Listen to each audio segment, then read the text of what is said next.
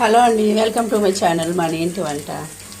ఒక పక్క టమాటా మాత్రం ఉడుకుతుంది, అలాగే ఒక పక్క ఉల్లిపాయలు, పచ్చిమిర్చి, అల్లం వెల్లుల్లి పేస్టు, అలాగే కొత్తిమీర. ఇది ఉంటే మటుకి తొందరగా కూరలు అయిపోతుందండి.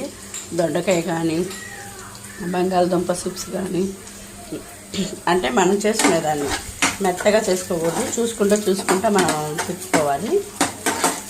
ఉల్లిగడ్డ, టమాటా, పచ్చిమిర్చి, అలాగే అల్లం వెల్లుల్లి. ఇదైతే మటుకు అయిపోయింది.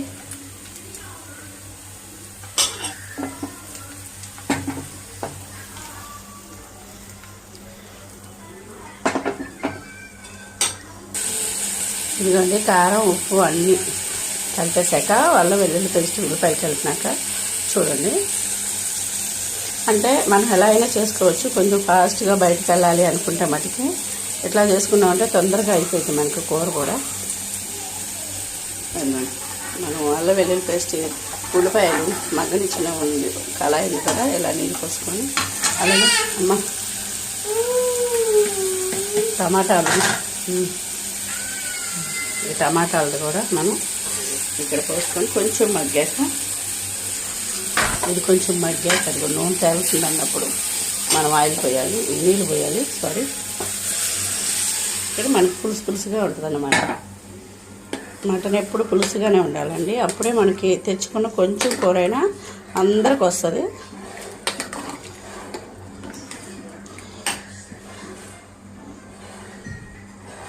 దీంట్లో దోసకాయ కానీ, వంకాయ కానీ, నిజంగా బెండకాయ కూడా వేసుకోండి, భలే టేస్ట్ ఉంటుంది.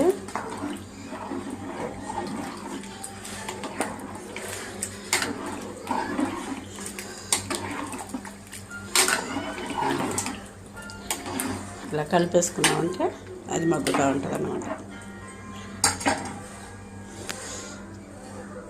అలాగే ఇప్పుడు మనం కూడా ఒకసారి ఉప్పు చూసి, కొంచెం ఉప్పు పట్టింది అది ఈ లోపు బియ్యం కడిగి పెట్టేస్తా ఉప్పు మీద. చూడండి, మేమైతే మసకలండి, పాలిసి పట్టిన బియ్యంలో ఏవి ఉంటుంది, మసకలే వండుతున్నాను నేనైతే. అన్నం కూడా ఒదిగిచ్చింది.